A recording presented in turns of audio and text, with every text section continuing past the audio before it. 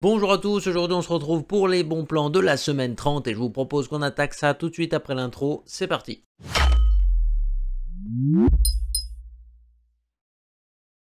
Comme d'habitude, tous les liens sont dans la description, rangés par prix croissant au sein de leur catégorie et donc par catégorie, comme vous l'aurez compris. Bien entendu, tant que tu fais un petit tour dans la description, n'hésite pas à t'abonner si ce genre de contenu te plaît. Puis je te propose qu'on attaque ça directement avec les processeurs. Et cette semaine, j'ai trouvé un seul processeur qui m'a paru un petit peu intéressant. C'est le Ryzen 7 5800X qu'on retrouve sur Amazon Allemagne. Environ 295 €. À ce prix-là, c'est plutôt un bon processeur. Pour ceux qui veulent gagner un petit peu d'argent, vous pouvez éventuellement acheter un Ryzen 7 5700X qu'on a essayé juste là. Vous l'overclockez un petit peu avec le Curve Optimizer.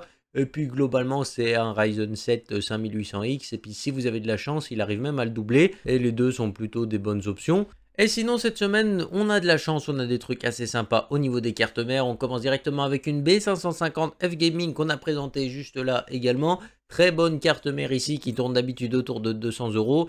Et malheureusement, là, elle est déjà en rupture de stock au moment où je fais la vidéo. Peut-être que vous pouvez en commander, des fois ça marche. Si vous en recommandez et qu'il n'y en a plus, ça peut éventuellement marcher. À voir, mais voilà, c'était une très belle offre ici. Le temps que je fasse tout ça, elle n'est plus disponible. Mais franchement, essayez quand même d'en choper une. Parce qu'à ce prix-là, c'est plutôt intéressant. Sinon, on a 2-3 Z590 qui sont encore et toujours très intéressantes. Du coup, on retrouve par exemple ici la Z590 Gaming Force, encore une carte mère qu'on a présentée. Décidément, on a beaucoup de choses que j'ai présentées déjà sur la chaîne. Je vous mets la vidéo là pour ceux qui veulent la voir encore une fois. Mais voilà, c'est une bonne carte mère. Honnêtement, vu le prix, elle est intéressante. Cette carte mère est pas mal. Elle a un style assez particulier. Son petit défaut, c'est la carte son qui n'est pas forcément incroyable. Mais sinon, globalement, pour de l'overclocking, ça décape déjà pas mal. Et ça suffit largement pour supporter un i7, un i9, tout ce que tu veux. Pour 10 € de plus, vous avez une carte mère qui est quand même une gamme au-dessus. La Aorus Ultra, c'est vraiment du ultra haut de gamme, comme son nom l'indique. Alors que la Gaming Force, c'est typiquement l'entrée du haut de gamme, on va dire. Deux monstres qui s'affrontent, mais la Aorus gagne haut la main ici. Et au niveau overclocking, ça supporte tous les processeurs que vous pouvez trouver. Voilà, même les i9 10900K ou 11900K, ça s'overclock très facilement avec ce genre de carte mère. Et honnêtement, bah voilà, c'est vraiment du ultra haut de gamme encore une fois, donc vous profitez d'un petit peu toutes les options. Sinon, on va se retrouver ici avec un refroidissement encore une fois qui est plutôt sympathique. C'est le Thermalright Peerless Assassin 120 SE, le nom à rallonge sa mère.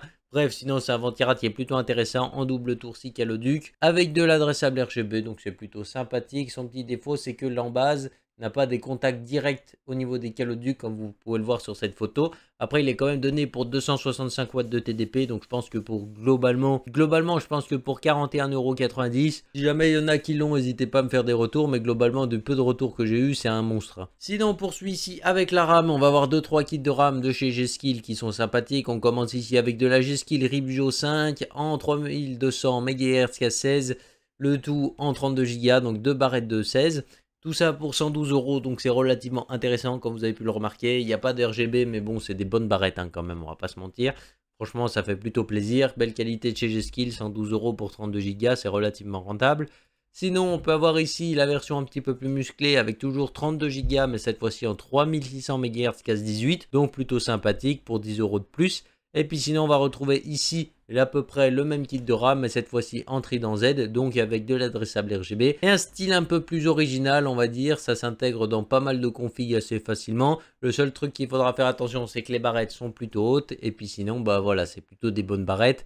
156 € pour ce kit de RAM, c'est plutôt intéressant. Au niveau des grosses cartes graphiques, cette semaine, on a 3 cartes qui sont plutôt intéressantes. Donc ici, on attaque directement sur le site Asus avec la TUF en RX 6800. Donc plutôt une bonne carte, 16 Go de RAM embarqué dessus et tout ça pour 600 €. Donc très bon prix ici pour cette carte graphique, n'hésitez pas à y aller parce que vraiment pour jouer en 4K, sinon ce sera globalement du 1440p à très haut taux de rafraîchissement et surtout sur les jeux solo. C'est des arguments totalement opposés ce que je viens de dire, on va pas se mentir, mais globalement, voilà, ce genre de carte si vous faites du 1440p, c'est pour jouer à plus de 165 Hz, sinon c'est clairement overkill. Parce que cette carte, ça lui passe clairement au-dessus. Elle gère très bien le 1440p et on peut clairement attaquer de la 4K sans trop de problèmes. Sinon, on va voir ici une carte encore plus puissante, mais avec un petit peu le même modèle de refroidissement. Toujours l'excellent modèle de chez Asus TUF en Full Alu. Et là, on se retrouve ici avec du coup la RX 6900 XT pour seulement 739 €. Seulement entre guillemets parce que ça reste assez cher, mais pour le niveau de performance, ça reste relativement correct. Et pour ceux qui me demandent, comme d'habitude, CaseKing, c'est pas un site qui craint, donc n'hésitez pas à y aller, c'est plutôt fiable et ça fait assez plaisir. Sinon, on se retrouve ici avec une petite solde sur une RTX 3090 Ti pour les gens qui font de l'applicatif ou qui jouent à très haut taux de rafraîchissement en 4K. Parce que cette carte, c'est ou pour de l'applicatif ou de la 4K à très haut taux de rafraîchissement, ou alors c'est juste pour montrer que tu as la plus grosse. Enfin, vraiment, c'est débile quoi. Si c'est pas pour ce genre d'usage, c'est vraiment des achats inutiles. Mais globalement, ici, on a une petite réduction de prix, 1200 € au lieu d'à peu près 1500. Après, c'est 1500 taxes LDLC, donc globalement, c'est déjà un peu plus cher que ce que ça devrait être vraiment. Sinon, on a deux SSD plutôt sympas. Donc, on commence ici avec le MSI Spatium M371, qui est plutôt un bon SSD de 1 Tera. Franchement, il fait plutôt bien le boulot. MSI a plutôt bien réussi ses SSD ici, donc c'est pas mal. 70 € pour 1 Tera, c'est relativement correct, surtout vu le niveau de performance. Et puis sinon, on retrouve ici le Crucial en version 2 Tera. Donc, on parle bien évidemment du MX500, le meilleur SSD 2,5 pouces que vous pouvez trouver. Et puis voilà, 160 € pour 2 Tera, franchement c'est clairement une bonne affaire ici. Pour stocker vos jeux de manière plus rapide, il n'y a pas de doute à avoir, c'est vraiment un excellent SSD qui va pouvoir le faire. Et puis honnêtement, au niveau durée de vie, tout ça, c'est plutôt pas mal également. Donc n'hésitez pas, surtout si vous voulez un système full SSD. L'avantage c'est que vous perdez toutes les vibrations justement que pourraient provoquer des disques durs mécaniques. Au niveau des alimentations, on a deux alimentations assez sympas. On commence ici avec une Antec Earthwatt en version 750 watts. C'est du 80 plus Gold assez sympa et c'est une alimentation tier B, donc c'est relativement bien. C'est pas le top du top, mais ça fait déjà bien le boulot. Puis voilà, 72 € pour cette alim, c'est plutôt pas mal. Sinon, on se retrouve ici avec une autre alimentation ultra haut de gamme, cette fois-ci la Corsair RM 1000X.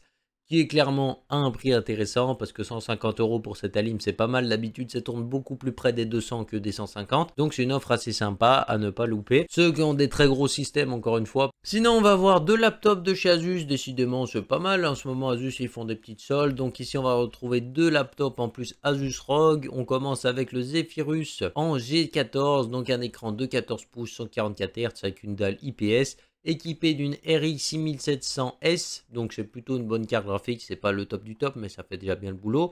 Sinon, on retrouve ici un Ryzen 7 6800HS, 16 Go de RAM en DDR5, et puis bien entendu, 512 Go de SSD et Windows 11, 1680 € cette config. C'est un PC qui va être plutôt transportable, et franchement, vous avez pas mal de puissance derrière, donc c'est cool. Voilà, ça peut être un bon PC de jeu qui reste assez transportable pour ceux qui éventuellement ont des parents divorcés, qui changent beaucoup de maison ou de lieu. En plus de ça, il est plutôt sobre, donc je pense que même dans les amphis ou des trucs comme ça s'introduit parfaitement sans pour autant montrer que vous avez un énorme PC pour jouer. Voilà, on va dire que ça peut rester plutôt discret en cours, ça dépend ce que vous recherchez. Et puis le deuxième, j'ai eu la chance de l'avoir dans mes mains cette semaine, alors voilà, je n'ai pas fait de test pour les vidéos, tout ça, mais de ce que j'ai vu, c'est un PC qui est quand même relativement silencieux, qui a des performances assez sympas, vous pouvez jouer en ultra à tous les jeux avec une RTX 3080 intégrée.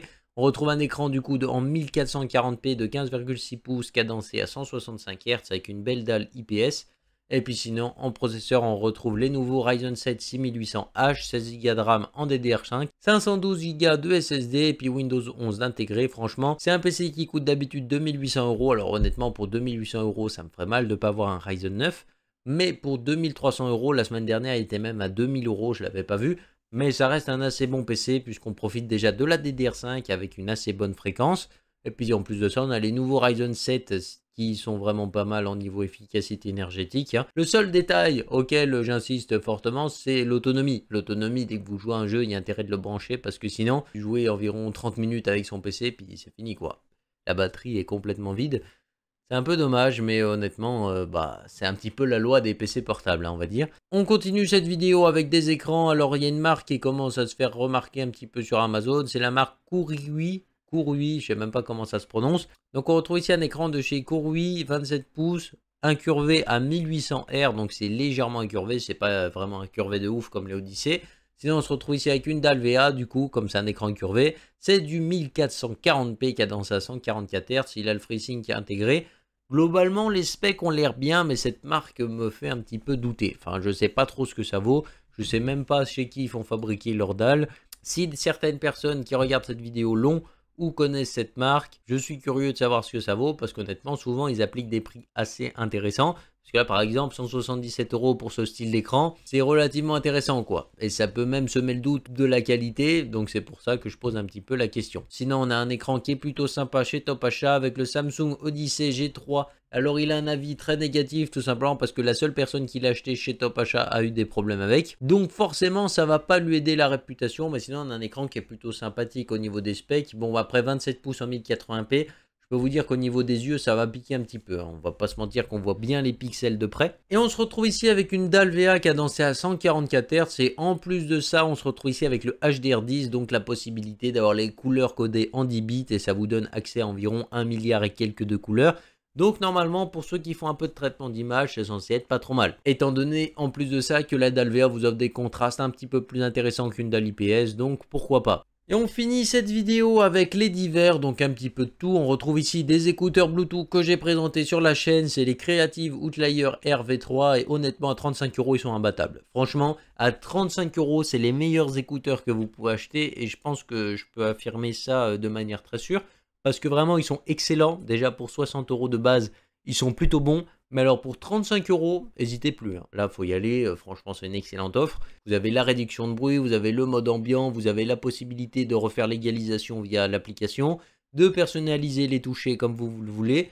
Bref, en gros, ces écouteurs, c'est vraiment une excellente option et je ne sais pas comment vous le dire autrement. Donc si vous cherchez des écouteurs Bluetooth pas chers, c'est vraiment le moment de partir là-dessus. Sinon, on va retrouver ici un autre truc, je sais pas ce que ça vaut, mais je vous l'ai mis quand même. C'est des spots, un petit peu, des genres de petites barres de LED. Alors, ça fait à peu près 50 € les deux, donc je sais pas vraiment ce que ça vaut. C'est contrôlable avec le téléphone, tout ça. Et globalement, je me pose un petit peu la question. Donc encore une fois, si des gens l'ont ou comptent l'acheter, n'hésitez pas à me dire ce que ça vaut parce que je suis assez curieux. 50 € pour ce genre de produit. À mon avis, les LED vont pas être de top qualité. Hein. Et puis sinon, on finit avec un petit téléphone sympa de chez Google. On a le Google Pixel 6a qui est plutôt intéressant. 386 €. C'est un prix plutôt correct, ça fait une légère baisse de prix par rapport à d'habitude. Ses énormes points forts, c'est l'autonomie et les photos, comme vous l'aurez compris. C'est un petit peu la réputation de ces téléphones. Globalement, le plus gros point fort qu'il a, c'est la photo parce qu'il est vraiment excellent. Et aucun téléphone ne leur arrive à la cheville. C'est plutôt pas mal pour ceux qui ont envie d'avoir un appareil photo dans la poche et qui sont plutôt tendance à prendre en photo un petit peu tout ce qui les entoure. Ça peut être vraiment un excellent choix ici pour vous. Maintenant, 380 € quand même. Ça reste une somme à mettre dans un téléphone et pas tout le monde peut forcément se le permettre. Sur ce, j'espère que la vidéo vous aura plu. Si c'est le cas, n'hésitez pas à mettre le petit pouce RGB parce que ça fait plaisir. N'hésitez pas à vous abonner également si ce n'est pas encore fait. On se retrouve très bientôt pour une prochaine vidéo. Bye les gens.